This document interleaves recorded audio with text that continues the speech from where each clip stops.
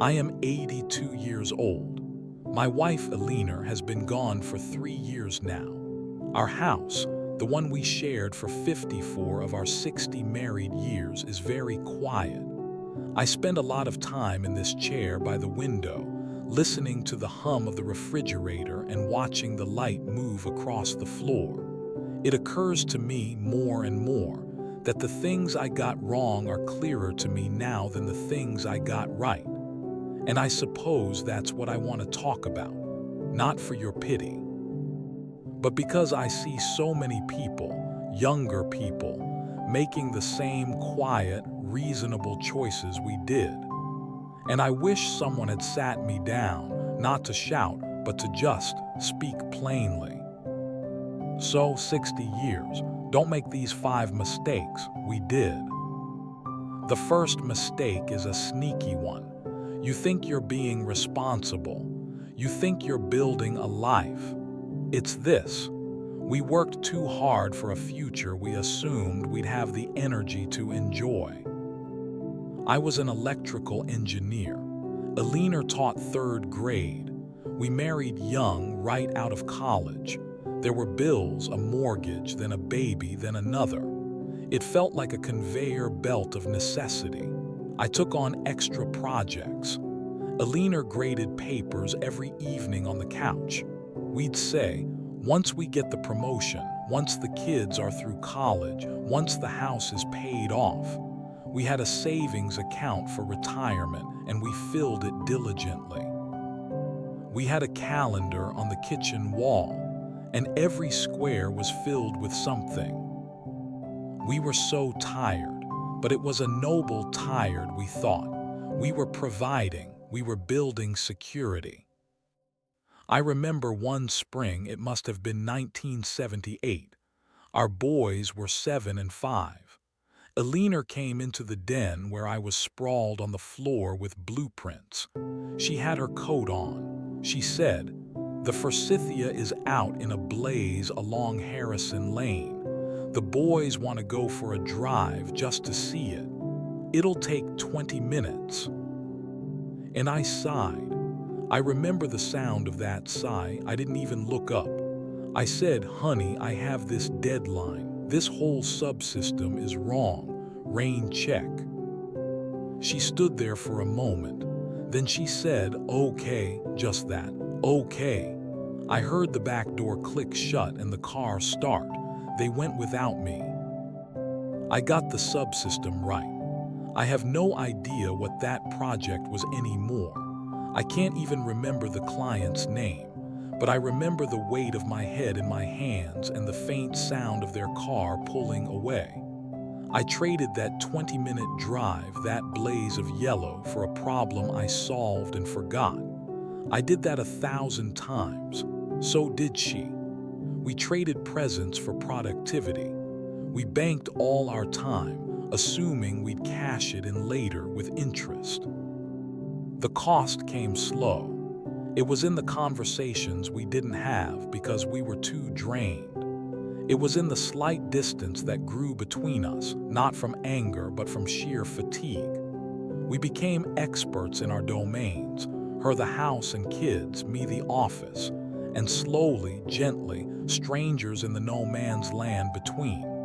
We assumed there would be a later to reconnect. That later, we discovered, is a country you cannot visit when your joints ache and your energy is a shallow well. You arrive, finally, with a suitcase full of time, and you find the landscape is different, quieter. You don't have the stamina for the hikes you planned. The second mistake. We let small resentments become the architecture of our home. It wasn't the big fights. We didn't have many of those. It was the tiny daily grinds. The way I left my socks by the hamper not in it. The way she'd sigh when I was late for dinner, a sigh that carried the weight of 1,000 previous sighs. We stopped saying, "That bothers me." Instead, we filed it away. We built little internal case files against each other, evidence of our own martyrdom. I'd think, after all I do for this family, she can't just pick up the socks. She'd think, after my day with 30 children, he can't be on time for the one meal we share. We never said these things. We were polite. We were civil. We thought not fighting was the sign of a good marriage. It's not.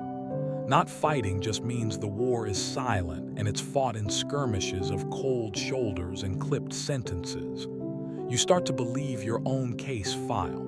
You start to see your partner not as the person you chose, but as a collection of small irritations. The love doesn't vanish.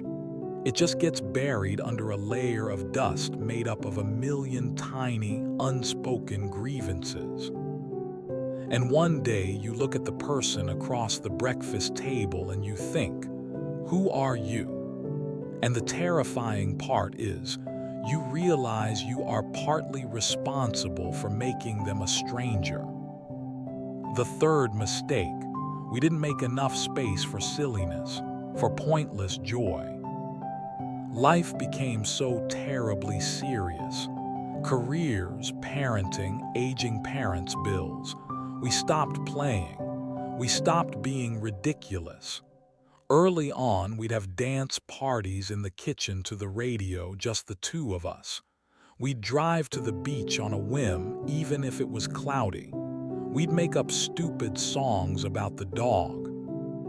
Somewhere along the line, we put that away. We became adults with capital A adulthood. I can't tell you the last time we did something just because it was fun. Not a planned, expensive vacation fun, but a spontaneous, laughing until you cry kind of fun. We forgot how to be friends, not just partners. A shared duty is a weak glue. A shared laugh is a steel bond. The fourth mistake. This one cuts the deepest. We didn't say the important things while we had the chance. We said, I love you, sure.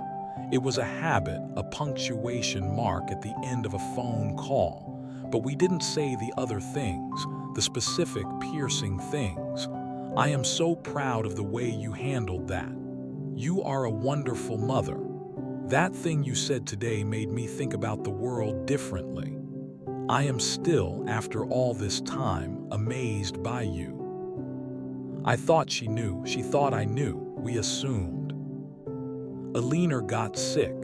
It wasn't sudden. It was a slow, narrowing path over 2 years. There was time to talk, and we did, about medicines and appointments and wills, practical things. But when you are staring at the end, the practical things become a refuge. They are easier than the emotional ones.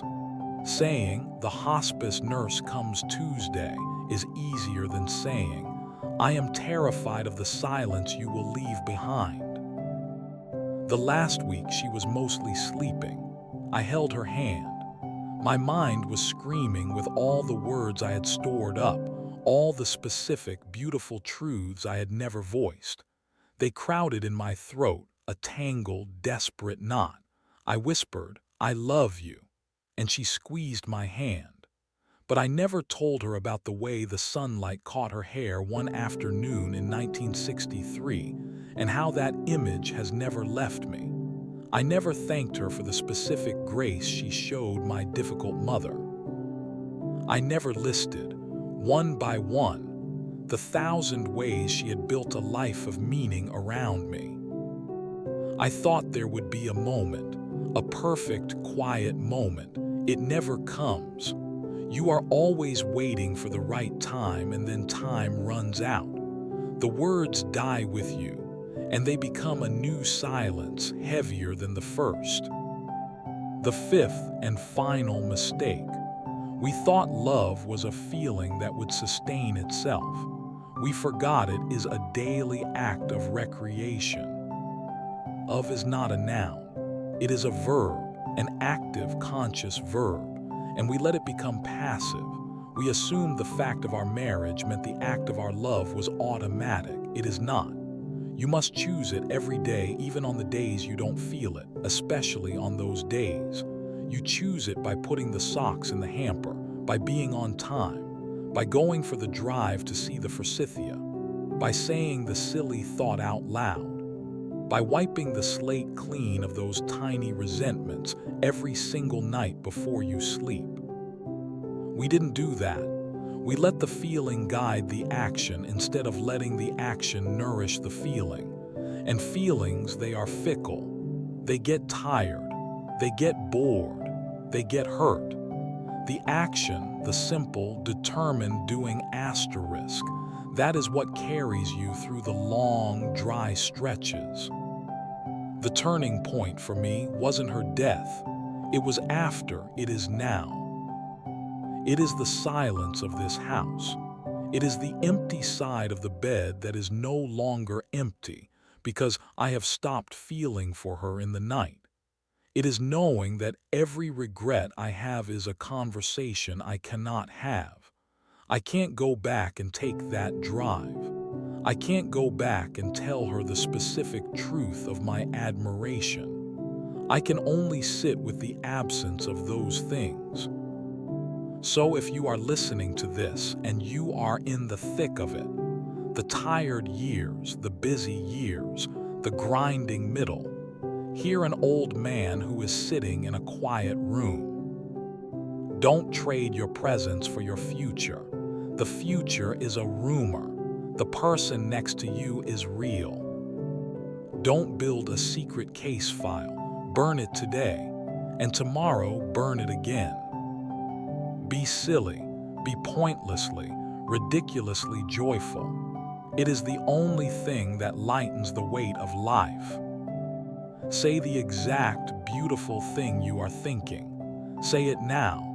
Don't wait for the perfect moment. Your voice saying a true thing is what makes the moment perfect. And finally, don't just feel love. Do love every single day. Make it fresh. It's the only chore that never ends and the only one that makes all the other chores matter. I had 60 years. I am grateful for them. But I see now that I had 1,000 small chances to make it richer, deeper, softer. I let most of them pass by, thinking there would be more. There are no more. For me, that is. For you, perhaps there are. I hope you use them.